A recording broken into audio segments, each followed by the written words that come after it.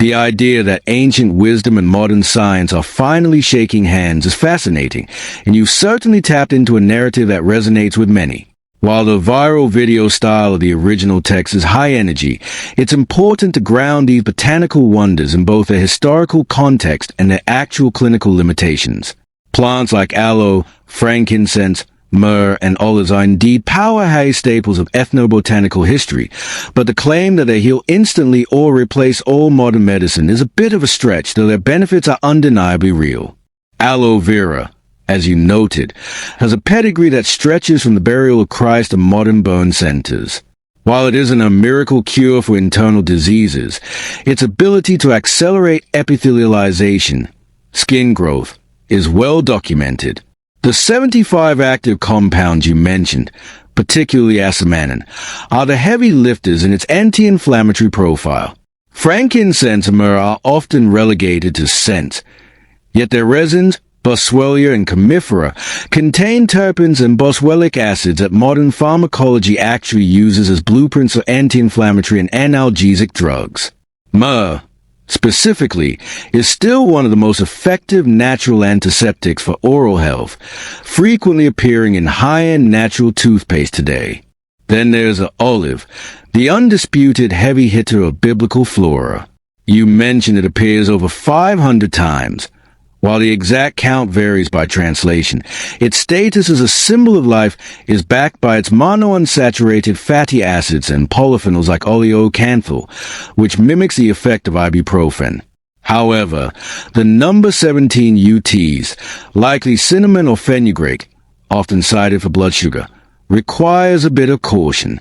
While science confirms they help regulate glucose, they are supporters of a healthy system rather than an instant replacement for insulin. These plants are incredible tools for longevity and preventive care, proving that the pharmacy of the ancient world was built on much more than just superstition. In addition to the foundational healing of the olive, the Bible highlights specific botanicals like hyssop, which serve as the ultimate ancient sanitizer. Far from being a mere ritualistic prop in the Passover or the Psalms, modern analysis of Hyssopus officinalis reveals it is packed with volatile oils like thujon and camphor, giving it genuine antiseptic and expectorant properties that clear respiratory congestion and fight pathogens. Similarly, the story of King Hezekiah's recovery in the Book of Kings illustrates the medicinal power of the fig. By applying a lump of fig to a life-threatening boil, the prophet Isaiah was utilizing a natural poultice rich in ficin, an enzyme modern science confirms can break down proteins and draw out infections, proving that biblical miracles often utilize practical, potent biology. The pomegranate further bridges a gap between sacred symbolism and cardiovascular science. Adorning the robes of high priests and the pillars of Solomon's temple, this temple fruit is now recognized by cardiologists as a nutritional powerhouse. Its high concentration of punic halogens and punicic acid provides more antioxidant activity than red wine or green tea, directly supporting arterial health and lowering blood pressure.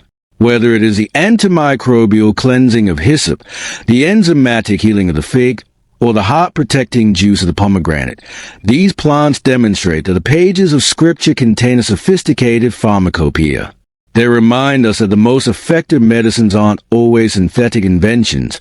Often, they are ancient gifts designed to sustain human health from the beginning of time.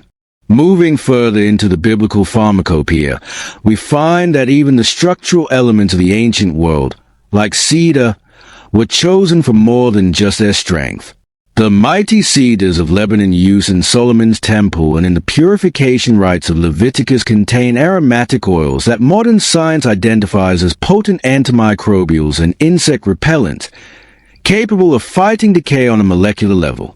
This intersection of the spiritual and the practical continues with mustard and mint. While Jesus used a mustard seed to illustrate faith, ancient healers used it in plasters to create localized heat and improve circulation in the chest, a practice validated by the presence of glucosinolates that act as natural decongestants. Similarly, mint and rue were acknowledged as valuable enough to be tied to the temple. Today, clinical trials confirm peppermint oil as a premier treatment for digestive distress like IBS.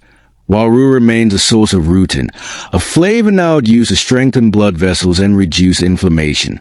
The journey of biblical healing also extends to the everyday staples found in the manna like coriander and the daily cumin, both of which Isaiah and Moses would have recognized as essential for metabolic health. Modern research has caught up to these ancient spices, showing they play significant roles in regulating blood sugar and improving lipid profiles. This is echoed in the medicines of Egypt, garlic and onion, which the Israelites craved in the wilderness. Once dismissed as merfolk remedies, these alliums are now staples of cardiovascular medicine, proven to reduce blood pressure and combat oxidative stress. Even the legendary balm of Gilead, a resin so rare it became a metaphor for divine mercy, has been linked to the Commiphora species, which possesses genuine wound healing and anti-inflammatory properties that made it worth more than the finest perfumes of antiquity. At the pinnacle of this list are the golden spices and the true vine. Cassia and cinnamon, once so precious they were traded along the Silk Road for their weight in gold, are now at the forefront of natural diabetes management due to their ability to enhance insulin sensitivity. Saffron, the golden thread of the Song of Solomon, has been shown in modern clinical trials to rival pharmaceutical antidepressants in treating mild to moderate mood disorders.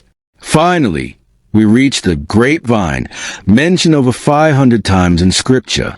While it serves as the ultimate spiritual metaphor, its physical reality is equally miraculous.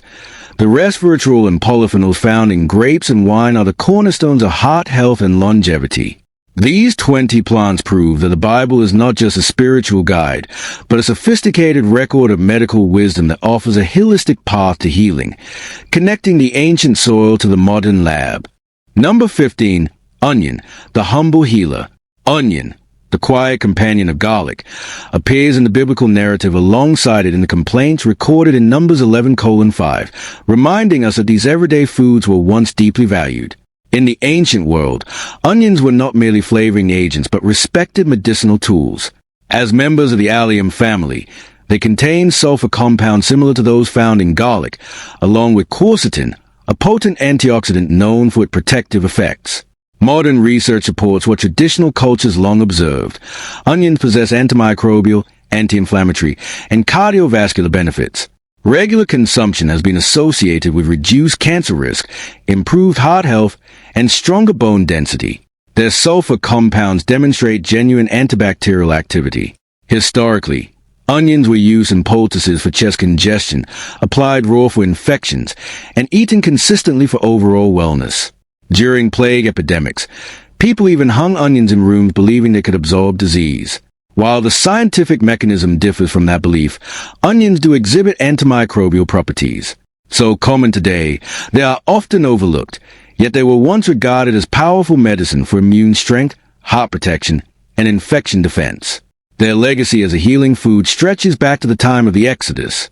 Number 16. Balm of Gilead, the precious resin. The balm of Gilead stands as one of the most evocative healing substances in Scripture. In Jeremiah 8:22, the prophet asks, "Is there no balm in Gilead? Is there no physician there?" A question that reflects a balm's recognized therapeutic value. Far from symbolic alone, this resin was among the most prized medicines of the ancient world. Often associated with Commiphora gileadensis, it was used to treat wounds, inflammation, and infections. Its rarity and effectiveness made it a luxury item, gifted to kings and traded along ancient spice routes. Modern research on related Commiphora species confirms anti-inflammatory and wound-healing properties consistent with its historical use. Traditionally, the resin was applied topically to injuries and incorporated into ointments and restorative preparations. Though the original plant may now be extremely rare or even extinct in the wild, the phrase "balm of Gilead" endures as a metaphor for comfort and restoration, evidence of how deeply healing was woven into biblical consciousness. Number 17. Cassia, the golden spice. Cassia, mentioned in Exodus 30:24 as a component of the holy anointing oil, was a spice of extraordinary worth in the ancient world. Derived from Cinnamomum cassia, it was so valuable that it was considered worth its weight in gold. Closely related to cinnamon, cassia contains many of the same beneficial compounds and shares similar aromatic and medicinal qualities. Contemporary research indicates that cassia exhibits antimicrobial, anti-inflammatory, and blood sugar regulating effects. Studies suggest it can enhance insulin sensitivity and assist in stabilizing blood glucose levels. Its bark contains cinnamaldehyde and other bioactive compounds with measurable therapeutic activity. Traditionally, cassia was blended into sacred anointing oils, used as a digestive aid, and valued for its warming, circulation-stimulating properties. Traded extensively along the Silk Road, it ranked among the most prized commodities of antiquity. Today, cassia is commonly sold as cinnamon, though true cinnamon belongs to a different species.